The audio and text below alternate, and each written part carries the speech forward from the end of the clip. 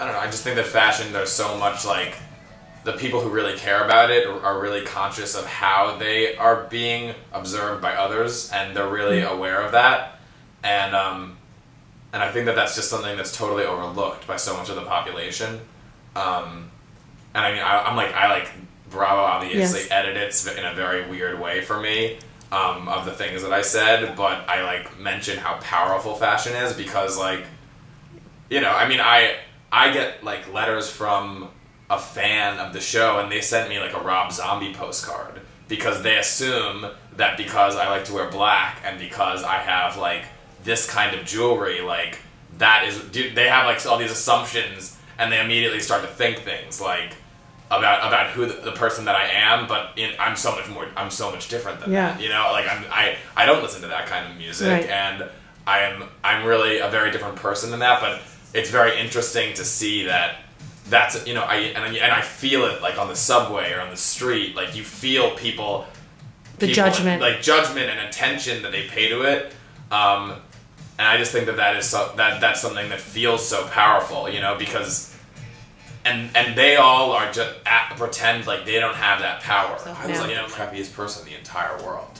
By the time I graduated high school, like, I had a girlfriend in Ohio. She was, like, blonde and, like, a tennis star and, like, going to Colgate, and I would, like, drive around in a Land Rover, like, reading Gatsby and obsessing over it with, like, my preppy handbook. And I have all the clothing to prove it. It's, like, ridiculous, like, ribbon belts, like, ribbon watches that I would change the straps, like, pretty much every day to match the colors in my outfit, like, every color topsiders, the same level of attention to detail, just a totally different realm. I went to Paris, and I lived there for 8 months, when I was like, third year at Virginia, and I don't know, it was a very, like, I had been living in my fraternity house, and, like, you know, it was a very, I knew I had to get out and just kind of, like, free fly. I kind of had, like, an awakening there of, like, you know, I like, really came out and, like, had my first boyfriend, and like,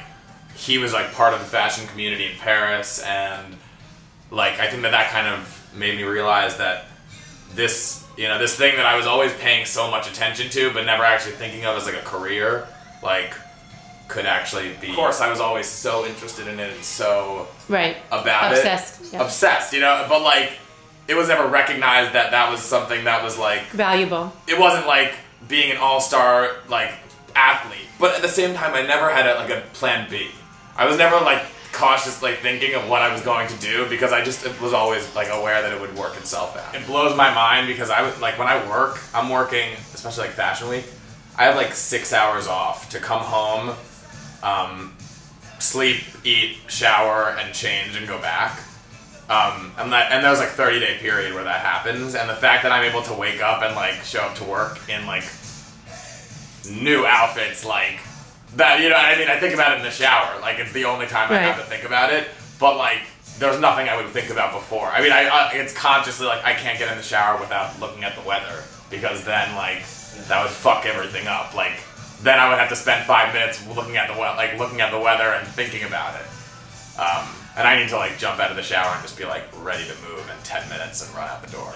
I wear dresses and skirts, like, you know, several days a week. Like, I think that there's something that's so important about me being this masculine, and, you know, I, like, my office, like, all jokes that, like, they don't even actually think that I'm gay. You know, it's, like, a very, like, really maintaining that and still being able to explore other venues of fashion that are so, you know, that are considered so inappropriate for men. I'm like, and for a man to still wear a dress is like, oh, he's a transvestite, you know, or, like, he's a weirdo, or he's a weirdo, you know, he's that not means. Something that's normal.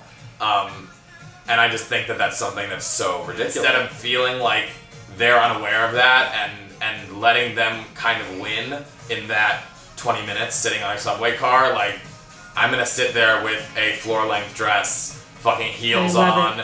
And be projecting that fuck you to everybody. Completely. And saying, like, I really hope that you are okay with this, because if you're not, like, you have to deal with it, you know? Kind of chola, like, deep sleeve. It's like a hat I bought at Lids at the mall. It's like totally like boyfriend blazer. which like for me to find with a guy of my stature is like very difficult. Yeah, and like it has like these like kind of cutouts, so it drapes really nice. It's insane because I'll have a 17-hour day in the office running around 4 floors down in like the cobblestone streets of Soho, and I'm like wearing wedges, like running up and down the staircases, and all the girls are like, how the fuck are you doing that right now? And I'm just like, well, I'm not thinking about it, and I woke up this morning and I made that commitment to myself, and I just love how they're like Adidas, like track pants, you know? I like have been going crazy like grunge for like a solid 14 months now. So I'm waiting for it to start getting like some rips and like my friend's cigarette holes and like that kind of stuff, because that's when you really like cherish them and like love them for like the stories that you have from it. And nothing ever falls out of your Rick Owens jackets because they're zippers, you know, all closed up with zippers, so they're just the most practical things in the world. My family was like, we traveled extensively my whole life, and it was just kind of the thing that we always did. That was like going to a new country, going to a new city, and like we don't fuck around, like doing everything, eating everywhere, seeing everything. Like my family is like a machine when we travel, and obviously it involves a lot of, you know, souvenirs and like buying, you know, I feel like purchasing is kind of your contribution, and trying the food and seeing stuff. And it's so funny because I would just like see the shoes that everybody was wearing in Thailand and be like, I want these street shoes. Like, where am I gonna, like, I don't want like Thai silk from like, that I can find like imported here at Bloomingdale's. Like, I want like those crazy drop crotch pants that like the guys that are opening the door at the hotel are wearing. Right. Because those are the most interesting looking things I've seen like the whole time here.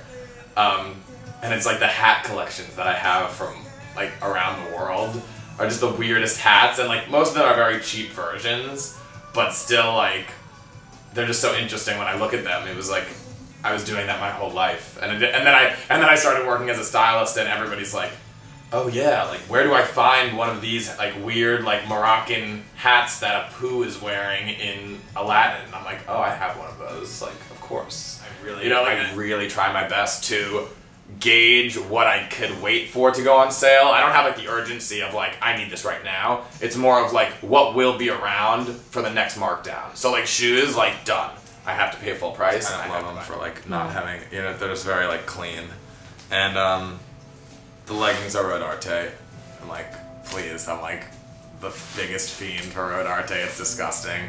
So like anything that I can potentially figure out some way to afford, like I do it.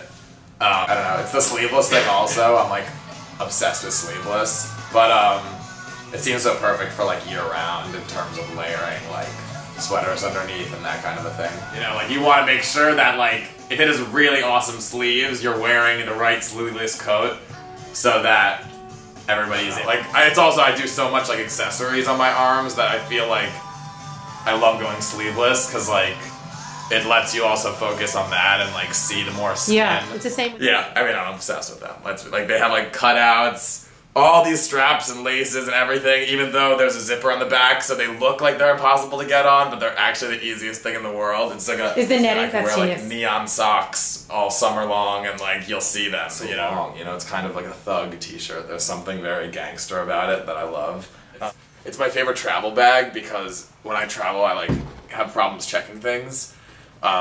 And like, of course you have like a wheelie bag, but you can't fit everything in there, especially if you pack that full and then you travel and you buy things. I'm always like, it's full? When it is like packed full, it's larger than a wheelie bag.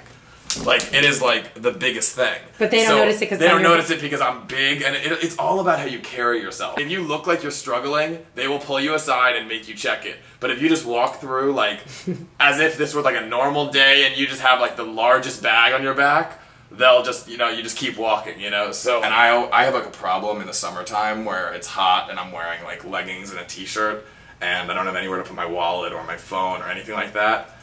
I'm like, I know, it's a lady problem, but like men have it too, I guess. I'm not one to discriminate. So like, it's perfect, you know? I'm wearing straight up like cable knit tennis sweater, which like I'm obsessed. Same ones like now without any socks, so they're just like cutouts.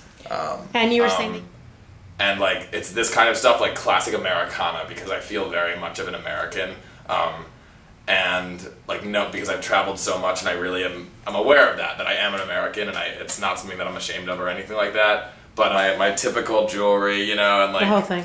It's just you know I love taking things that you would never think would be me and making them just like so me, and people looking at you and being like, oh yeah, of course you look like Andrew, but if you just saw me hold it up and say, I will wear this today, it's like, what is he going to wear that with to make it look like the way he looks every other day? I find that when you really start to understand a designer and what his influences are, and when you realize that you feel similarly and you are synchronized, like, that's why you look forward to their collection, because you want to see, like, if they're feeling what you're feeling right now, you know, and if you guys are still in sync, and if that relationship will continue. So it like, boom, it started, and like, the next thing I know, there were crews there, and, you know, I was just being very, like, I was just trying to do my best, you know, at a new job, and that kind of distracted me from even the cameras being there, because I was so focused on, you know, being a good worker and getting things done, and, like,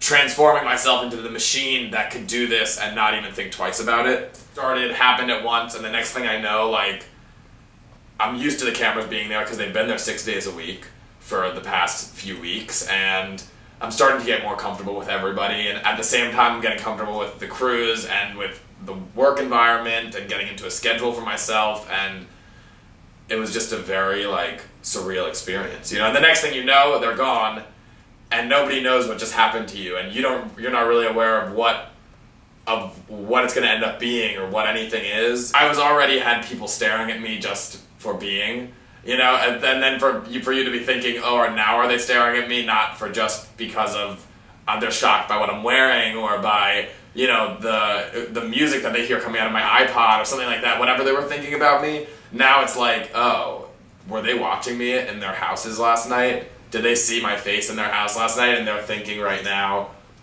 am I supposed to know who that person is? And it's that moment where suddenly that's a possibility where it never was before, and it's a weird thing to cross your mind. So I try to just, like, ignore that stuff, and of course, like, there will be a bad review or bad something like that, but, like, you don't care. It just doesn't matter. For, you know, every one of 100 children that looks at me, they think that kid has a different perception of what he's allowed to wear when he, you know, is able to go out and buy his own clothing.